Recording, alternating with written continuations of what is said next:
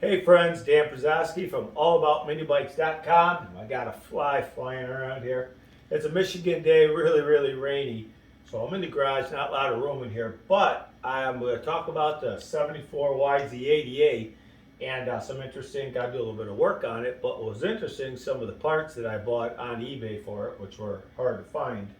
One not so hard to find is the air cleaner, and a little story about that. The filter that goes over it, because I'd never owned one of these, never seen the insides, or ever did anything before, and there was one in there that was interesting as we take a look at this. Another really interesting part, this here is the boot, the flange, and it goes from the air filter into the carburetor.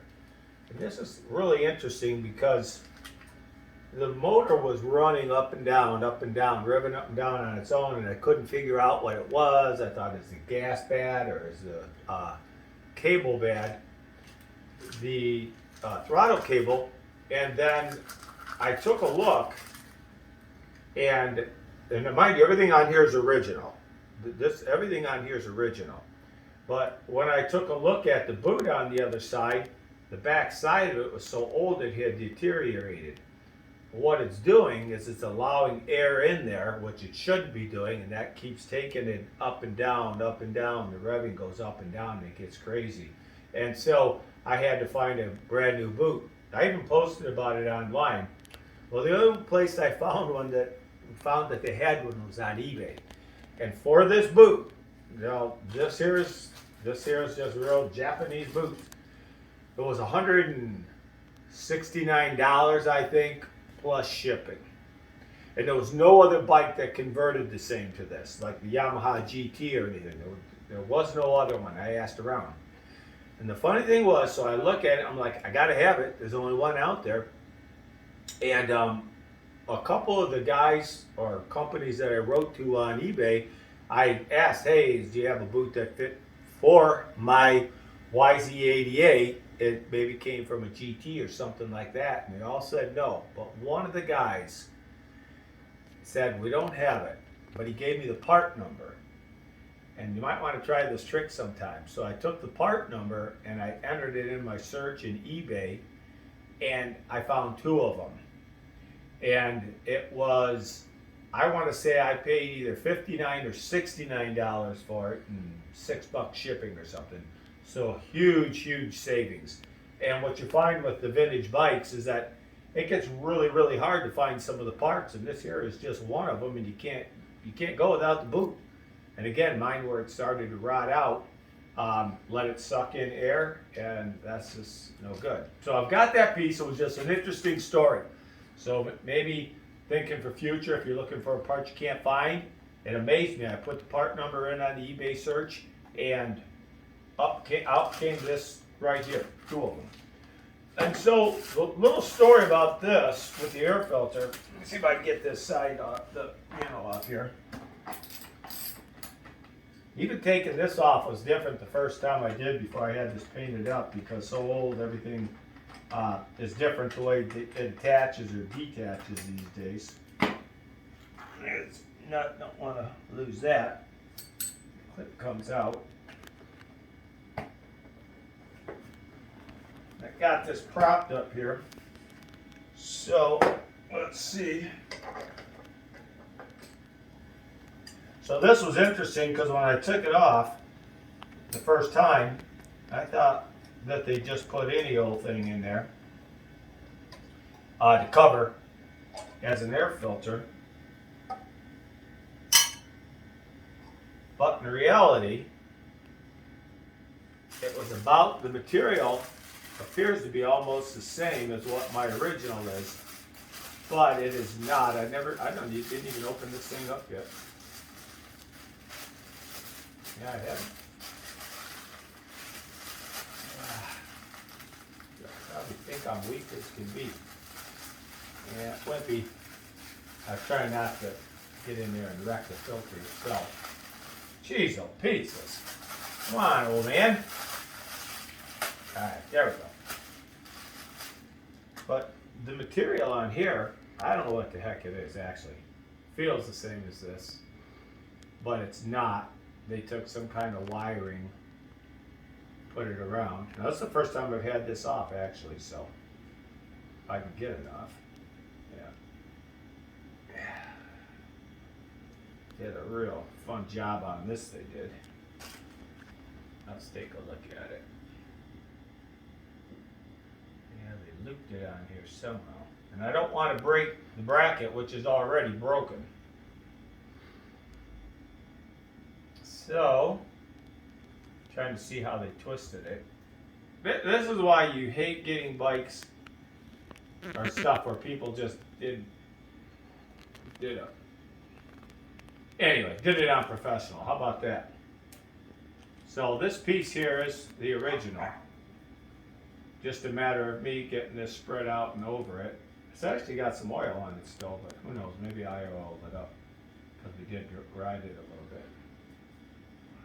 But this here must be the original piece again. Do I know for sure that that bracket under there is? No, I don't. Why? Because I've never owned one before and I haven't tried to look it up either.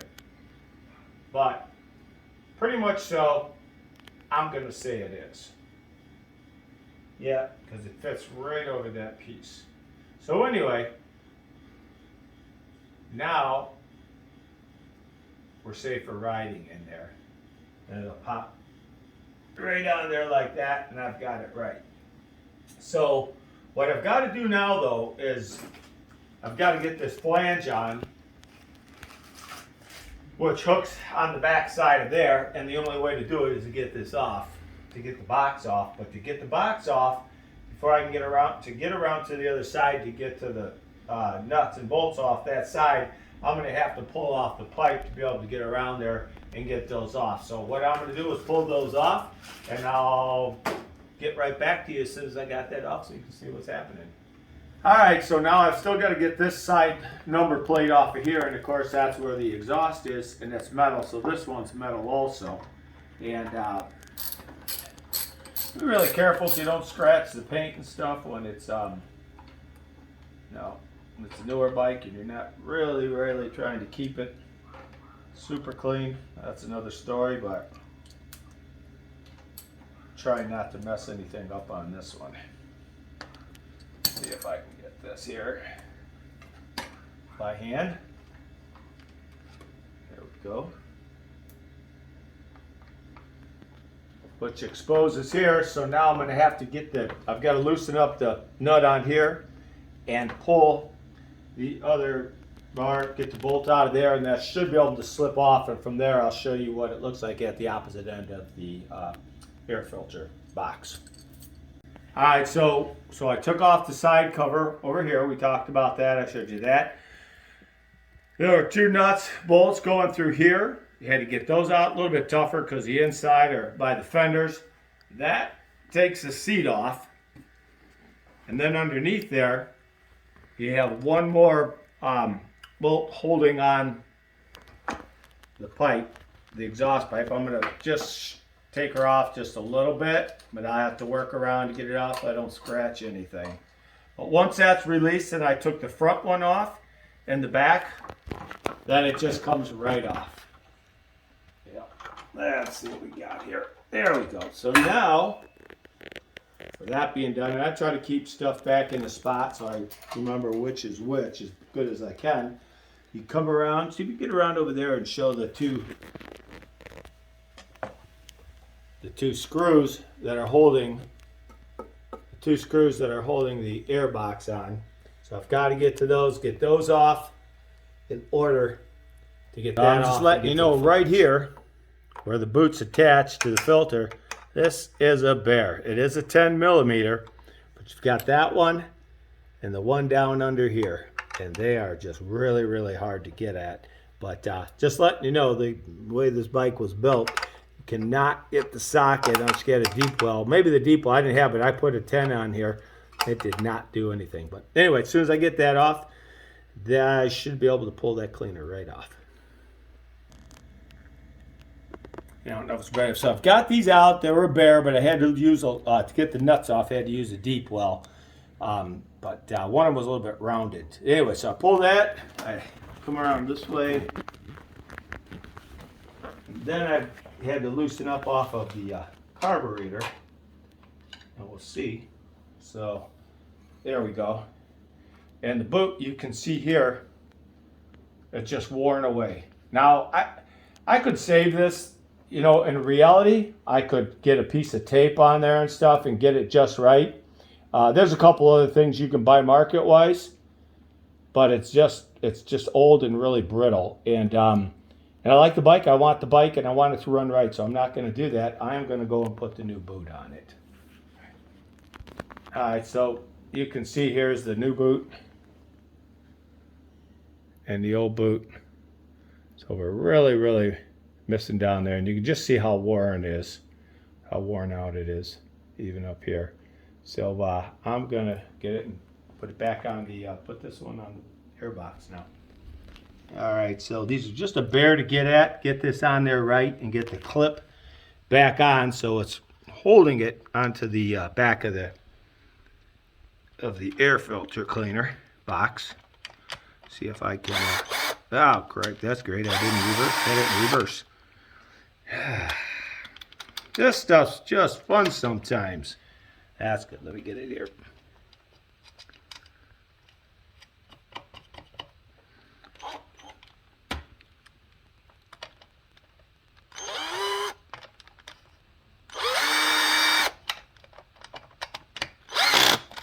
There we go. And I'll get the bottom one. This one, basically, I got to drive this one in more by hand and a finger because you just cannot, the frame, let me see. Well, I told myself wrong there. Perfect. Great. That's good. I should have put this back on the, I should have put this on before I actually put the boot back with the cleaner, because you know these are always a little bit harder to get at, to get them to thread straight, but with a little bit of luck it should come. I think it is. Feels like it right there. Yep.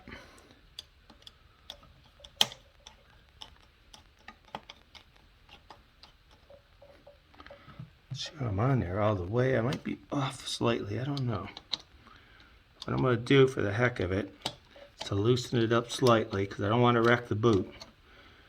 Not at what they cost. This isn't like buying a can of pop. There we go. Now I'll get her back on there like that. See how she fits.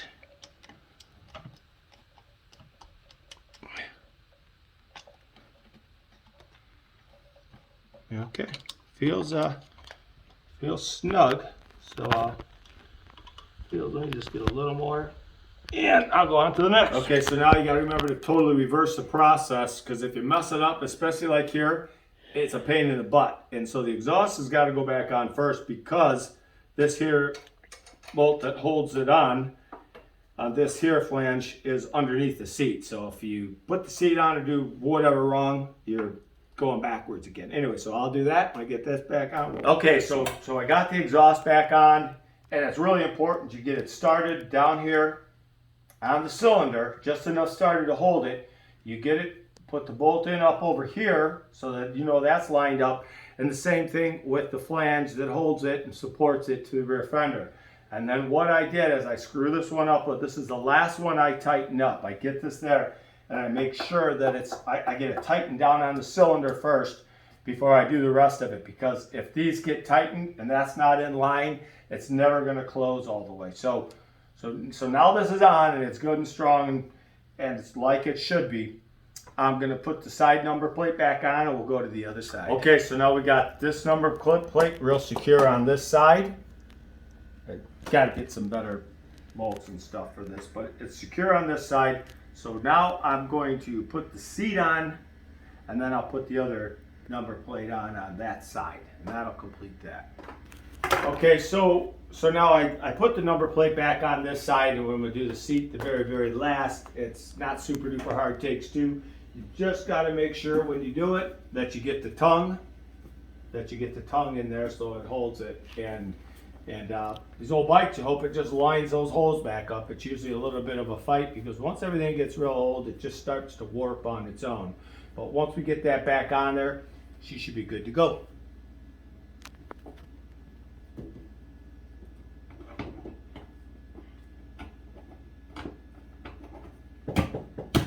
All right, we won't bore them out. All right, so now where's the other one, Rick?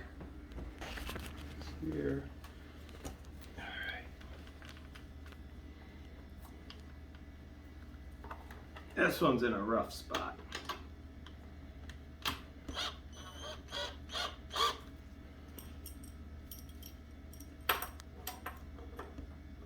I should have checked the size of that so that I could have put the exact on there, but too late for that right now.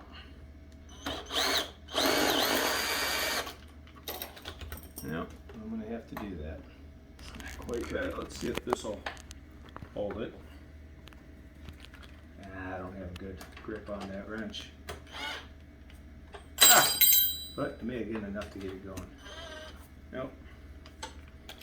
So these are in a bad, really, really tight spot because the fender lies under there right up, that's right up to it.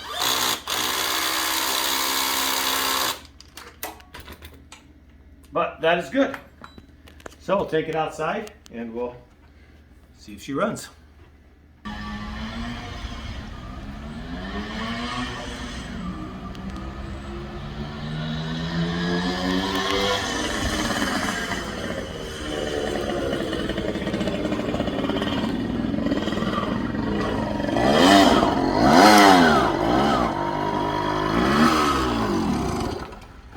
Just gonna have to adjust the idle down. Other than that, it's working perfect.